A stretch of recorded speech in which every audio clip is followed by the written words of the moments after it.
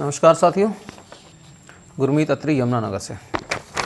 अक्सर बातें होती रहती हैं, कभी यहाँ की कभी वहाँ की, लेकिन कुछ जो अभी चालू माहौल है, बरसात का सीज़न है, उसके बारे में भी बात करनी चाहिए। क्योंकि अगर हम नगर निगम के अधिकारियों से या डीसी साहब से या विधायक साहब से कभी मिलने जाएंगे तो बातें सुन के ऊपर से निकल जाते हैं, उन पे एक्शन कुछ नहीं होता है। शहर परेशान है, जल भराव ज़्यादा, निकासी कुछ नहीं। कहने का अर्थ है कि जो नगर निगम है वो गलत हाथों में है, अधिकारी भी गलत हैं, असक्षम हैं, पता नहीं कैसे चल रहे हैं, हमें तो समझ नहीं आ रही बात। कमरों में बैठ के प्लान बन जाते हैं, एग्जीक्यूशन कुछ नहीं होता। अभी नई जो बॉडी बनी है, मेयर मैडम प्लस सारे पार्षद, चलो पार्षदों को तो अभी उतना तजुर्बा है नहीं, तजुर्बा तो मेयर मैडम को भी नहीं है। अभी तो वो भी समझ रहे हैं कि चलता क्या है, तमाशा हो कैसे रहा है, उनको समझने में समय लगेगा। तो कहना ये था कि नगर निगम गलत हाथों में है। अभी लगातार पिछले 2-3 महीने में ताबड़तोड़ ट्रांसफ़र हुए हैं, और शायद कुछ बातें छुपाने की वजह से हुए हैं। भी बातें छुप जाएं, लेकिन छुपेंगी नहीं, आने वाले समय में सामने आएंगी। दूसरा, पब्लिक हेल्थ में कोई सुनता नहीं है। एक्सीन साहब को मिलो, उनको नहीं पता लगता, उनकी बात एसडीओ नहीं सुनते, एसडीओ की जेई नहीं सुनते, जेई की बात आगे एजेंसी नहीं सुनती जो साफ़ सफाई करने वाले होते हैं। क्योंकि मेरे वार्ड नंबर 10 आज़ाद नगर में हमारी सीवर लाइन ब्लॉक है, वैसे तो बहुत जगह ब्लॉक है, 1.5 साल से उसकी शिकायतें हो रही हैं, कोई सुनने वाला नहीं। अब वो सीवर कल परसों की बरसात में भी उसमें से फव्वारे चल रहे थे, कौन सुनने वाला है? भाई जनता है, जनता को तो ऐसी है, मरने के लिए जनता तो। अच्छा, हम जो है बिना कागज़ों के काम नहीं करते भाई। हमारे शहरी विधायक साहब हैं, मुझे लगता है कि वो नियमित जो है मीटिंगें करते होंगे कागज़ों में, दफ्तरों के अंदर, कमरों में करते हैं, लेकिन उसका कोई प्रभाव 2 दिन की बरसात में तो दिखा नहीं, आगे भी नहीं दिखेगा। समस्या ड्रेनेज की है, गलत नाले बने हुए हैं, नगर निगम के अधिकारियों ने कभी रिव्यू नहीं किया। वजह यह है कि कभी भी कोई नगर निगम का ना तो कमिश्नर, ना ही डीएमसी और ना ही एससी या एक्सीएन यमुनानगर का लोकल कोई नहीं रहा डिस्ट्रिक्ट का, इसलिए किसी को फिक्र ही नहीं है। भी हमारा तो डिस्ट्रिक्ट नहीं है, हमने तो ट्रांसफ़र होकर कहीं और चले जाना, हमने रहना थोड़ी है शहर में। मैं सच कहता हूँ, अगर कोई अधिकारी ऐसा होता जो यमुनानगर से संबंधित होता, कोई भी डीएमसी होता या कोई एक्सीएन होता, वो ज़रूर इस चीज़ के ऊपर काम करता। नहीं कर रहे क्योंकि सारे बाहर के हैं, कोई 100 किलोमीटर से, कोई 200 किलोमीटर से, क्या लेना है यमुनानगर से? आओ, बजट इस्तेमाल करो, पैसे कमाओ और चले जाओ। कुछ नहीं है, पता ही नहीं है कि नाले करना क्या है, किधर से वाटर फ्लो नेचुरल क्या होता है, क्या उसका फ्लो रेट है, कितने साइज़ के नाले होने चाहिए, कहाँ वो जाने चाहिए, कौन सा एरिया डेप्थ में है, कौन सा हाइट में है, किन नालों को कहाँ जोड़ें, सब कुछ जो है ना तमाशा हो रहा है शहर के अंदर। और जो कथातीत अपने आप को समाज सेवक कहते हैं, वो फोटो खिंचवाने में व्यस्त हैं। कोई कहीं चला जाए, कोई ज्ञापन देने चला जाएगा।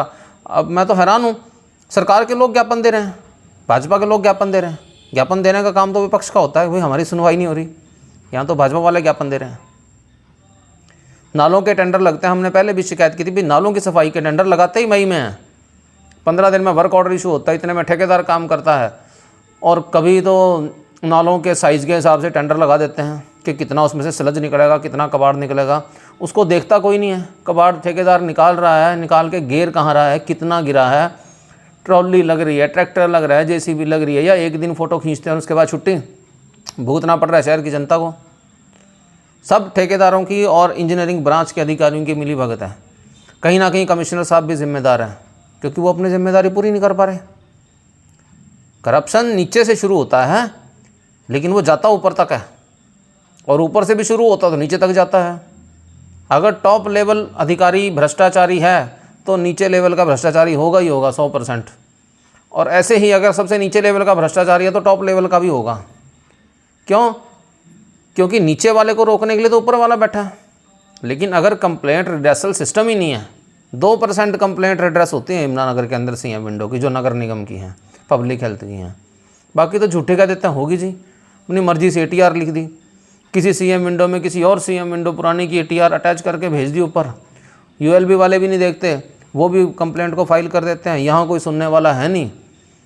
खट्टर साहब के टाइम में तो कुछ अच्छा था, अब तो बुरा हाल है। एमिएंट पर्सन नहीं है, अगर हैं तो थे, उनको पावर नहीं थी। तो सारा गोल कबाड़ा हो रहा है, समझ कौन रहा है।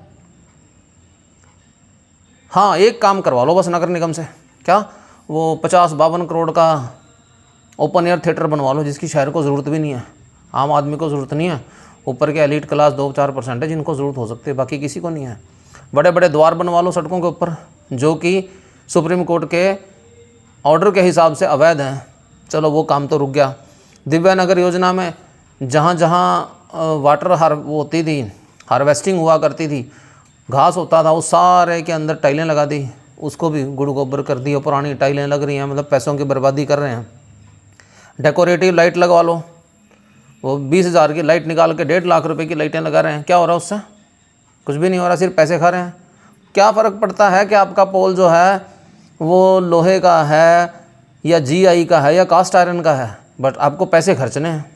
हमारे पैसे हैं भाई, तुम्हारे पैसे थोड़ी हैं, टैक्स वालों के पैसे हैं। तुमने कौन सा हल चला के पैसे कमाए हैं? जो ये बजट बनाते हैं और जो टेंडर लगाते हैं, इन्होंने हल चला के पैसे कमाए हैं क्या? अपने पैसे 1 लाख रुपए भी खर्च के दिखा दें, चाहे कोई अधिकारी है चाहे वो विधायक जी हैं। जनता के पैसे हैं, मूर्ख बना रहे हैं, लूट मचा रखी है, पैसे ख़राब करी जा रहे हैं। 40,000 LED लाइट, अरे भाई पहले भी तो वो चल रही थी, हेलोजन लाइट थी, उसकी तार तो बदली नहीं।